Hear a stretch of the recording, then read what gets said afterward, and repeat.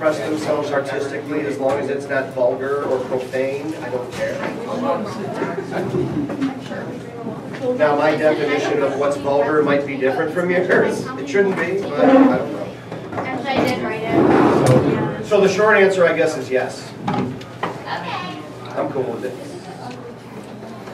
I think it's a mushroom cloud. No, it's a tree. Right? It does look like a mushroom cloud.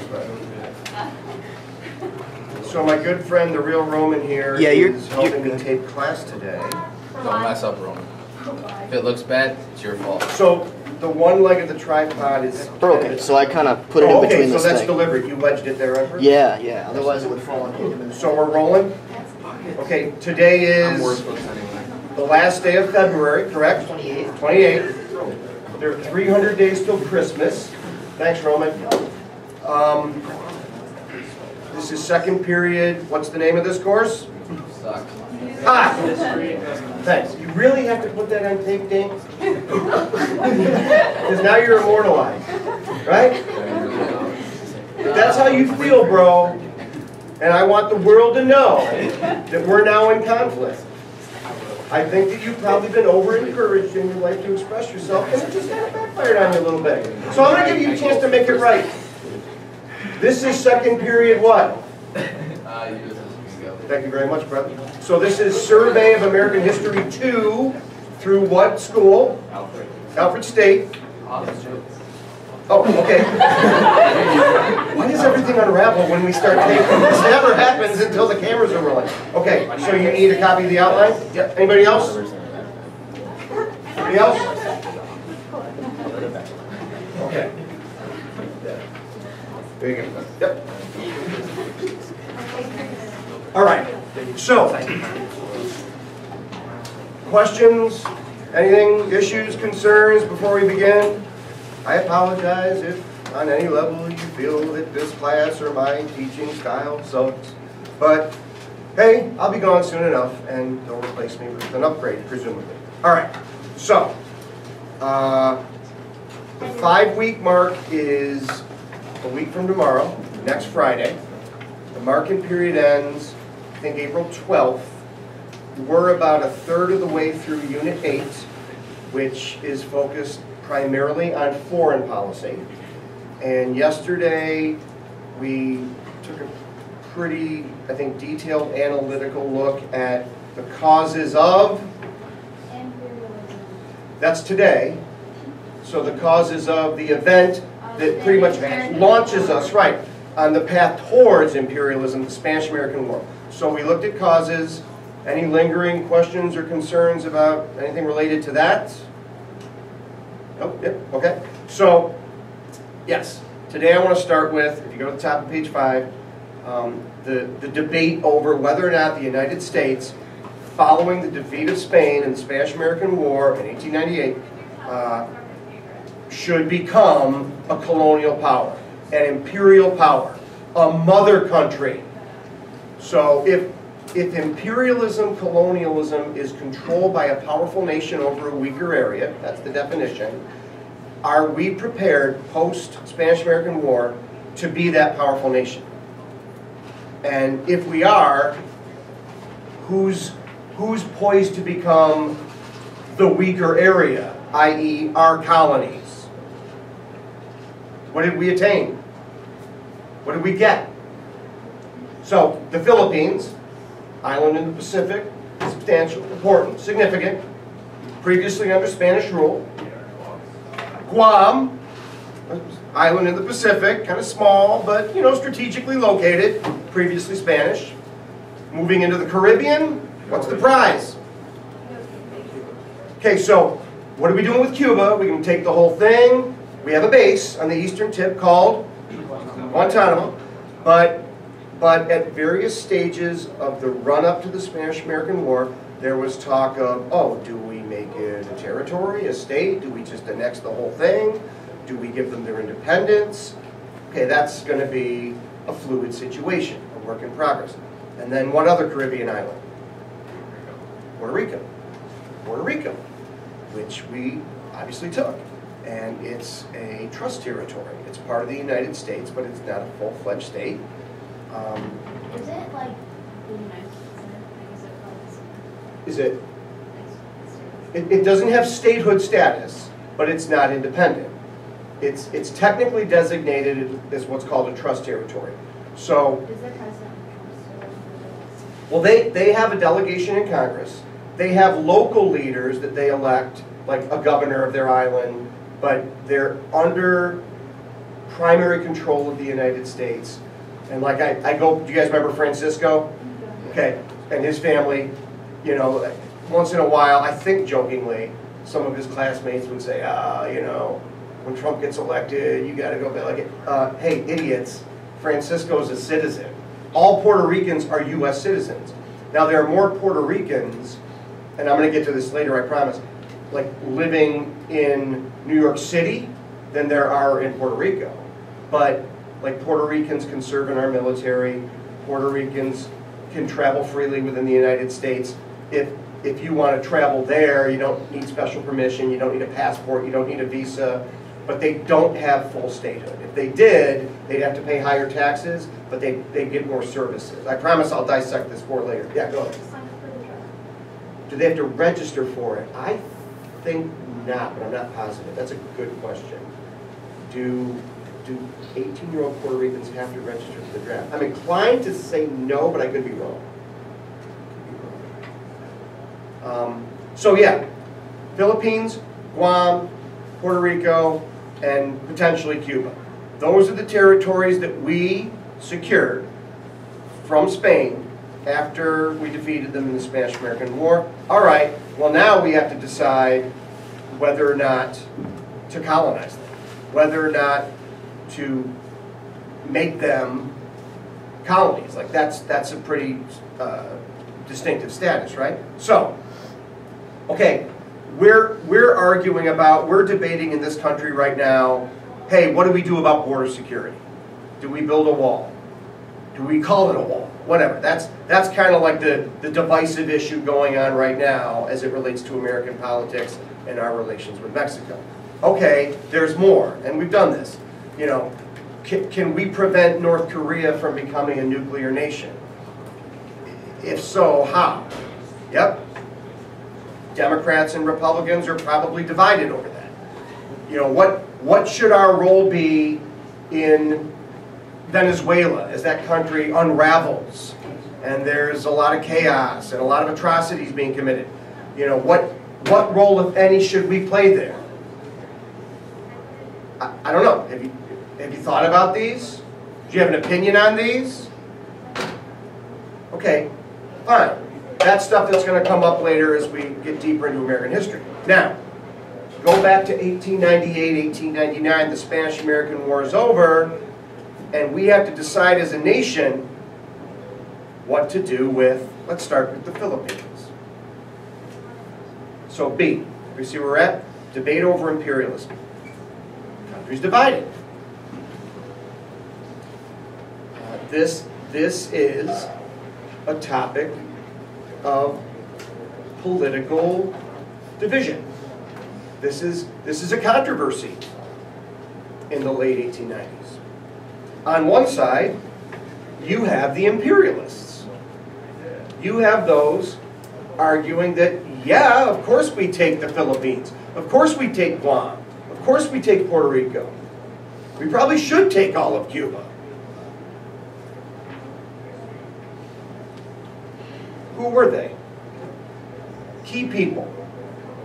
The most outspoken, notable advocates for imperialism after the Spanish-American War. Heck, probably before the Spanish-American War. Well, let's start with a guy by the name of Theodore Roosevelt. Maybe you've heard of him. Perhaps you've heard me speak of him. Definitely a staunch advocate for imperialism. He helped steer us towards the Spanish-American War. He put his money where his mouth is or was by fighting in the Spanish-American War, when he certainly could have avoided that. And in the aftermath, he was very much in favor of, yep, this is our chance, this is our time, we should be a mother country, the Philippines should be a colony. Yep. Probably the most prominent imperialist of that era. Also, a guy by the name of Alfred Thayer Mahan. I referenced him a little bit yesterday or the day before, but here we'll say a little bit more about him. Alfred Thayer Mahan was close friends with Theodore Roosevelt. Wrote a book right around the run-up to the Spanish-American War called The Influence of Sea Power in World History. Alfred Thayer Mahan had a career in the Navy and was an intellectual and a military strategist. And his whole thing was, oh, are they open for business? Should we need to get, no? Yeah, you get it, okay. Mahan basically said, look, if you want to be a world power, if you want to be a player on the world stage, if you want to be, like in the 19th, 20th century, a nation of significance, you have to have naval bases. You have to have coaling stations. You have to have a naval presence. Your fleet has to be able to mobilize globally. And his book had a huge impact on Roosevelt and other imperialists, and was somewhat instrumental in pushing us towards war with Spain. So not surprisingly, in the aftermath of the war, of course, guys like Theodore Roosevelt and Alfred Thayer Mahan, sometimes in unison, like traveling together and speaking together, were pressing us towards imperialism.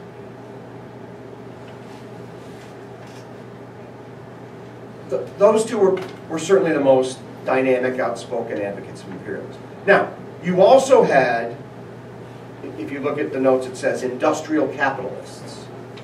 You had, like some of those captains of industry that we talked about during the Gilded Age, some of these big business tycoons, they favored this too. Why? Markets, new markets. And so you got two new markets, but you also get access to natural resources, raw materials. It's not just that, like, the Philippines and Cuba are strategically important. They also contain natural resources that and are potential markets that could, bring about economic growth and prosperity. Okay? So many, not all, but many captains of industry were pro-imperialism. Not Andrew Carnegie. More on him in a few minutes. But Carnegie was a very outspoken anti-imperialist. He thought this was a bad idea, a fool's errand. Okay? Social Darwinists. Who's Charles Darwin? So a scientist, right? Theory of evolution, survival of the fittest. What's social Darwinism? We've talked about this before. Say it again? Application of this theory to societies. Yeah, so, a social Darwinist is basically saying there's such a thing as survival of the fittest. There's such a thing as, like, superior species. And this can be applied. This theory can be applied to economics and geopolitics. And it could even theoretically descend into eugenics or race differences. All right. So this is something we spent a lot of time on when we were doing the Gilded Age. And hey, if I'm a big business owner during the 1870s and 80s, and I'm being criticized because I'm gouging consumers with high prices, and I'm exploiting workers, long hours, low wages, unsafe conditions, and I'm using cutthroat methods on my competition, and government comes and tries to regulate me or break up my monopoly, I just say, whoa, hey, you're messing with the natural order of things. You're not mindful enough of the dynamics of social Darwinism. I'm wealthy and prosperous because I eliminated my competition. They weren't fit. They're now extinct. If you make me jack up my wages, if you make me back off and allow more competition, you're just tampering with the natural forces that thrust me into a position of prominence. That's social Darwinism in economics. Social Darwinists tended to be some of the outspoken imperialists around this time too. And there is an element of, I guess you'd call it white nationalism, white supremacy, what the British called the white man's burden in this. How? You have to like help them. Look, we're doing the Filipinos a favor. They'll be better off if we, colonize them. We're better than Spain. We beat Spain. So we're bringing to the Philippines American democracy and American capitalism and American technology and American-funded infrastructure and Protestant Christianity. McKinley himself said, I debated this, I deliberated over this, I thought about this. Do we give them independence or do we make them a colony? And I felt compelled by God, I'm not quoting him verbatim, but to Christianize them. Right. Because before Protestant American missionaries went to the Philippines, all those heathen Filipinos had been under Spanish rule and were probably what? Catholics. Well, I don't need to get into a theological debate here, but technically Catholics are Christians, right? Whatever, we can come back to that. But that's a form of social Darwinism. You're right. It's our obligation, it's our duty, it's our burden actually. We don't want to do this, but we have to do this. Some nations, some cultures, dare I say, these aren't my words, this is 19th century eugenics. Some races, some groups, some ethnic groups just aren't fit enough. They haven't evolved enough. They haven't adapted enough. Man, you could really edit this to make me sound bad, right? But, so, big picture, in the context of, like, 1890s geopolitical views, yeah, social Darwinism was very much at play. And this attitude that the people we're going to colonize need us, that's a factor. God bless you. Did they like say that to the people?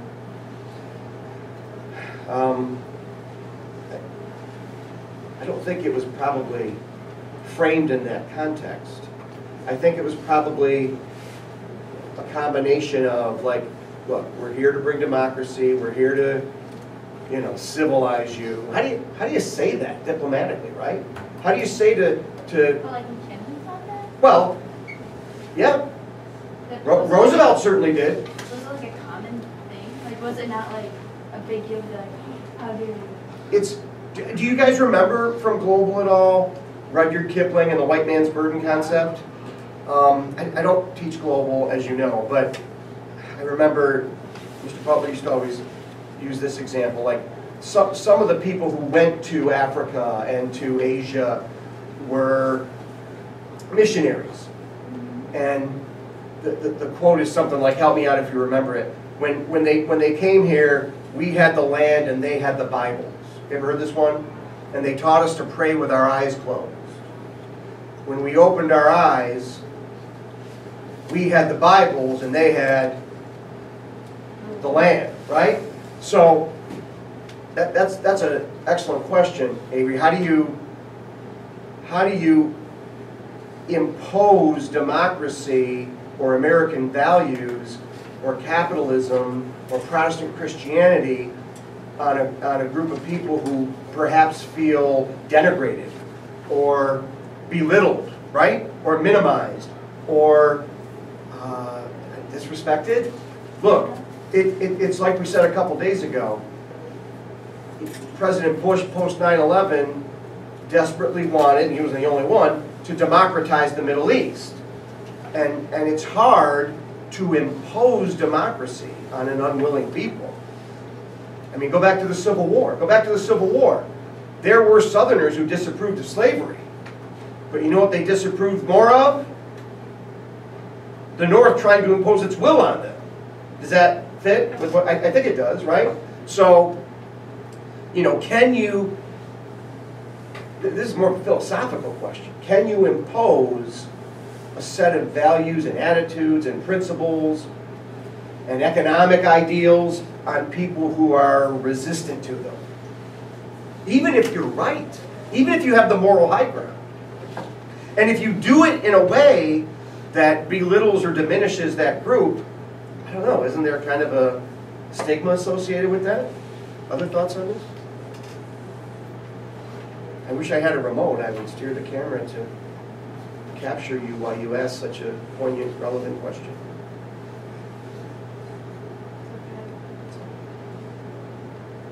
Have you seen the commercial for the TBD Cafe that Roman did with me? Yeah. Thoughts? That was good?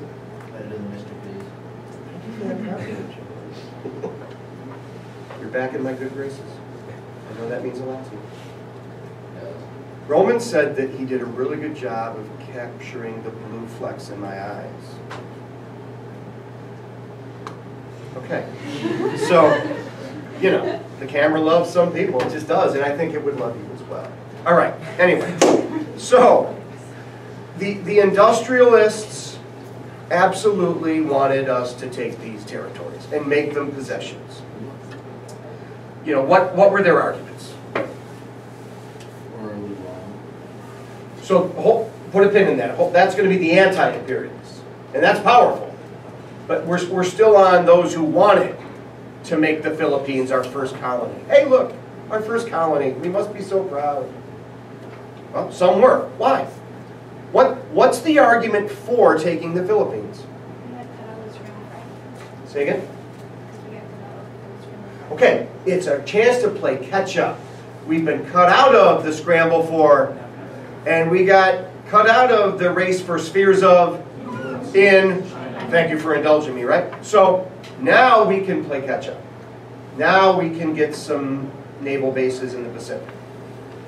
Now we can have an empire of our own.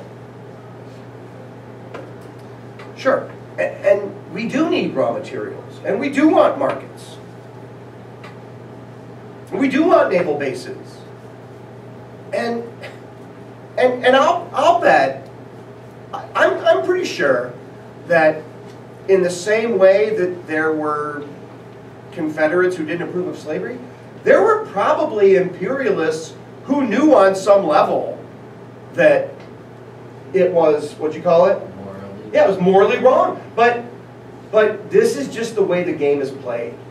It's 1898, it's 1899, and if you want to be a participant in global politics, if you want to be a major power, you just have to have colonies. That's the whole white man's burden thing, right? Okay. So, yep. Social Darwinism. Our superior culture, economy, political system, technology, infrastructure, we've got to bring that to these unfortunate people. And I'll say it on camera. I'm not a white nationalist, but there's some merit in that argument. There's some merit in technological progress and advancement being brought to people who probably wouldn't have it otherwise. When the British went to India and they told the Indian people, this custom you have, where the husband dies and the wife has to be burned alive on the funeral pyre, you're not doing that anymore. Well, is that culturally insensitive? Probably. I don't care. I don't care. Is that disrespectful of traditional Hinduism? Probably. I don't care. When the Spanish conquered the Aztecs and said, well, your days of, and the Spaniards in Central America were no saints. But when they said these mass executions where you cut off people's hearts and like those pyramids run red with blood, that's over now. don't know. Is that, can we compartmentalize and say, like, the Spanish did some things that were wrong, but mass human sacrifice, yeah, we probably should stop that. Okay, so I'm not saying that this is moral equivalence, but if we go to the Philippines and say, we're going to build roads and bridges and schools and hospitals, and we're going to, your standard of living and your quality of life is going to improve. It's going to be posted on YouTube, and some Filipino insurrectionist is going to find me and kill me, right? Hopefully not second period, hopefully not here. But no, all I'm trying to say here is, when the imperialists, and yeah, I know I'm like president of the Theodore Roosevelt fan club, but when he said, look, I want a canal in Panama, there's going to be a canal in Panama. The canal in Panama is a good thing. Oh, so the ends justify the means? I didn't say that. But we're breaking this down into pro and con. Make sense? Okay. So yeah. Hey, we didn't have a lot of casualties in the Spanish-American War, but there were some, around 2,400. You're gonna leave the Philippines for some non-democracy? Maybe Japan takes it if we don't. Germany at this time has been unified and it's coming into its own, and it's, you know, building up its military, and they're late to the party too, right? And they want colonies. You just gonna let Germany take Guam? Because Germany wanted Guam. If we don't take these countries, or these colonies, excuse me, some other non-democracy will. I wouldn't have wanted that. I wouldn't have wanted that. Okay? So those, I think, are some of the more compelling arguments the imperialists used. Can you think of any others? My short list here isn't the final authority. There might be others. 2, anti-imperialists. And there was even a group called the Anti-Imperialist League. It's like almost like a lobby group. A political organization that pushed hard against taking over the Philippines and pushed hard in favor of giving them their independence. All right? Who were some of these key anti-imperialists? Let's look at the names. Mark Twain. You ever heard of Mark Twain? Yep. Real name? Samuel Clemens. At this point in American history, and arguably even today, one of the most, if not the most, prominent authors in American literary history. You ever read him? No. It's funny, he's a household name, but I don't think he gets read much in school anymore. If they do, it's like Huck Finn, which is problematic because it includes the N-word. It's contextual, but it includes the N-word. I don't know, I'm not an English teacher, but man, some of Twain's stuff just resonates with me so much. If you like sort of snarky, cynical, sarcastic writing, this guy's a master, in my opinion. But, you know, in the aftermath of the Spanish-American War, and even before it, Twain was very outspoken against imperialism. I put the quote down here. I am an anti-imperialist. I'm opposed to having the eagle put its talons on any other land. And he ridiculed it. He mocked it in a lot of his writings. He kind of evolved on it. At one point he was kind of on the fence, but as you get in the late 1800s, as he was aging, he became very disillusioned with this idea of imperialism. As did, and there's the name I mentioned earlier, Andrew Carnegie. What? Carnegie? He's a captain of industry. Wouldn't he want more raw materials and markets? Now, this is right around the time that he's going to sell Carnegie Steel to J.P. Morgan for $500 million. And this is right around the time where, you know, some historians argue, some Carnegie biographers argue that the criticism got to him. Being depicted by Thomas Nast as Santa Claus, we'll get to a guy, right? Mocking him that way. So he does become much more, you know, humanitarian, and maybe some of it's damage control. I don't know. I don't care. I don't fault him for this.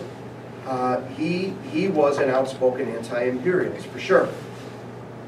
He and Twain and others were active in the Anti-Imperialist League. Why was it? For him, at this stage of his life, human rights and self-determination, and probably the optics of America, who at one time had been a colony itself, now becoming a mother country, this doesn't look right. And I guess if you're a critic, you could say, yeah, because the guy already has $500 million, right? He's already got $500 million, so he doesn't care about the raw materials or the markets in the Philippines. But I'll try to avoid the temptation to rip him on that. I just want to get. Yes. Shut up. Why would you want us to go with the No, it's a good question. I can't get inside his head, but I'm assuming for him and for a lot of anti-imperialists, it's just not worth the trade-off. The downside, we're here imposing these things on you, whether you want them or not, kind of undermines the whole moral high ground, right? Look, there's a part of me that would love to go into Iran militarily and say, hey, there are a lot of women in this country and a lot of young people in this country who don't want to be in a fundamentalist theocracy. But is that for me to do? I don't know. Like Saudi Arabia just recently permitted women to drive because of, I think in some part, pressure from abroad. Women's rights. But yeah, this is the dilemma, isn't it? Even if you have the moral high ground, once you go and force it on someone, you kind of lose that, even if you're bringing something good. Yes? Yes. It's a paradox. It's a paradox. I don't know.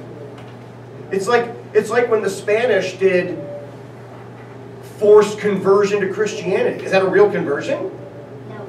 From what I know of the Judeo-Christian tradition, that's almost invalid. Well, that's heavy.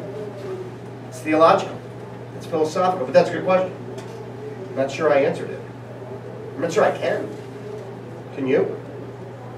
Like, where does that line get crossed, right? When do you go from, this is really good, try it, to, this is for your own good, deal with it? And when you do that, does it all sort of unravel? Do you remember the name William Jennings Bryan?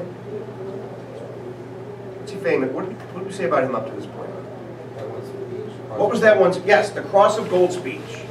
He lost to McKinley in 1896. William Jennings Bryan was a champion of who?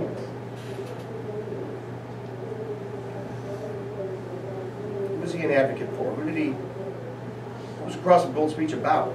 Who wanted more money pumped into circulation? Progressives, populists, farmers, right? So the little guy, the common man. And William Jennings Bryan, together with a lot of other prominent progressives, not Theodore Roosevelt, William Jennings Bryan and Robert La Follette and a lot of the suffragettes and a lot of the reformers, like the muckrakers that we talked about, almost all of them were anti-imperialist. Remember, right now this Unit 8 is before the progressive era that we did in Unit 7. We're kind of going back chronologically. So think back to the progressive mindset. What did progressives want to do?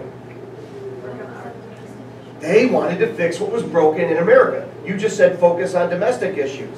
Ding, ding, ding, bingo. Yes, bullseye. The progressives wanted to improve society and expand democracy. And yeah, maybe some of them thought that American virtues could spread globally, but hey, we got problems right here, right now. We got to focus on our own backyard. So that's pretty much why a lot of progressives would have opposed colonizing the Philippines. Hello. It begins. It's already out there. This highly charged stuff that I've said is coming back to bite me. All right. So, what were the arguments of the anti-imperialists? Go. You said morally wrong. This is wrong. And it's especially wrong for us. Like, so, you know what? Sometimes you have to be the right messenger. Listen, sometimes you have to be the right messenger. We're going to see later in the year. When Richard Nixon went to China in 1972 to reestablish diplomatic relations with them, Communist China, very few people could have gotten away with that without being accused of being soft on communism. We're going to see no one was ever going to accuse Nixon of being soft on communism. He was like the one guy who could do this. I don't mean to, again, focus exclusively on race, and I don't think blacks in America are this monolith that think alike, but a lot of people felt like, you know, Obama was the right messenger to talk about like deadbeat dads in the inner city. He could probably do that a little easier than, you know, Trump could, right? Right? I mean, that's fair, right? So sometimes the messenger matters, but sometimes it matters in reverse. If you're the United States taking colonies, yeah, that's a bad look. You owe your very existence as a nation to a revolution against colonialism. And that was a key argument of the anti-imperialists.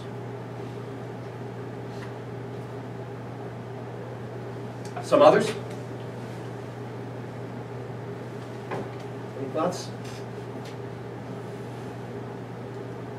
All those roads and bridges and naval bases, they ain't cheap. You know, maybe imperialism's too costly. Remember, part of the appeal of Trumpism is, hey, do we pull out of NATO? Do we stop being the world policeman? Do we focus on here at home? That resonates with a lot of people. And it resonated back then. Now, not only do we have problems here at home to fix, because this is at the dawn of the progressive era, but do we really want to pump all that money into other areas? And if we take the Philippines, it looks like Japan is modernizing, industrializing. Do you remember the Meiji Restoration? They're closer to it. There are no pushovers. We might have to, gee, if Japan wants the Philippines too, couldn't that theoretically draw us into a war with them? It did. It did. So that's a persuasively powerful argument against imperialism. It's costly.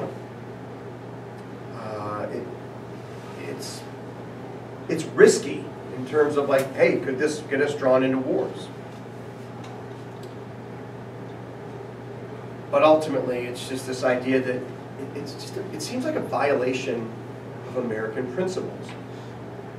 We claim to have always believed in self-determination and human rights, you know, at various stages of our history, and democracy. Imperialism is not democracy.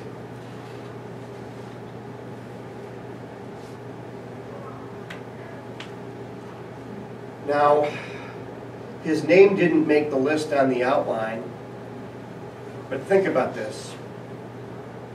Maybe one of the most outspoken anti-imperialists was speaking from the grave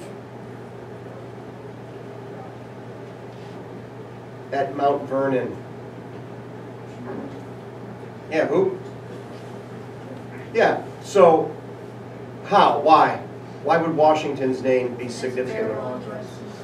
In which he argued, stay neutral. Now, imperialism doesn't necessarily mean that you're trying to provoke war, but it certainly raises the risk of it.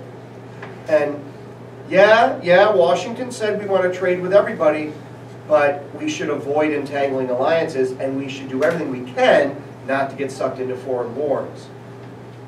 I don't know, you tell me. I think colonizing the Philippines and Guam and Puerto Rico and all or part of Cuba raises the risk of war.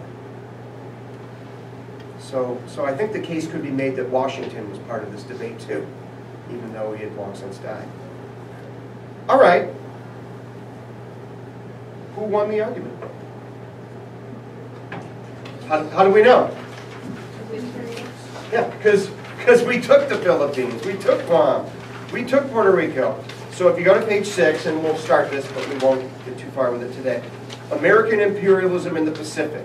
starting with the Philippines. There you see the spelling. And it's different if you talk about the Filipino people, it's spelled differently with an F. You see it there and just one P. So the Filipinos, during the Spanish-American War, there was some fighting against Spain by American troops and Filipino troops in the Philippine Islands themselves. It's an archipelago. And the Filipinos expected to be given their independence. The Filipinos looked at like the run-up to the war. Oh yes, some members of Congress only voted for a declaration of war on the condition that Cuba be given its independence. We expect the same thing. They didn't get it. They didn't get it.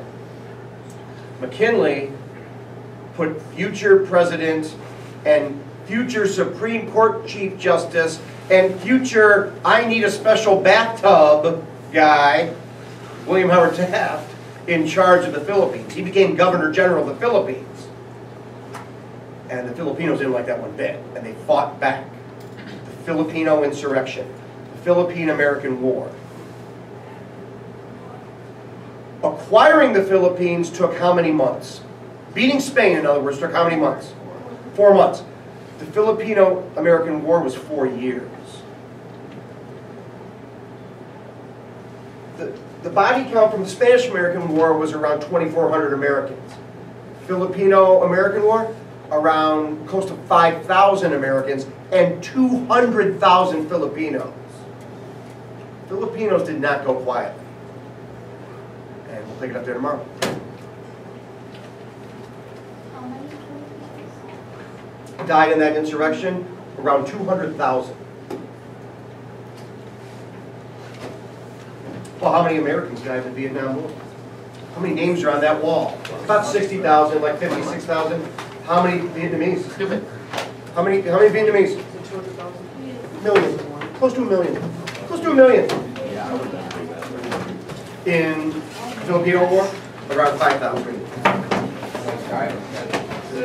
Who died. That doesn't even include like casualties, like your wounded, you lost the land, right?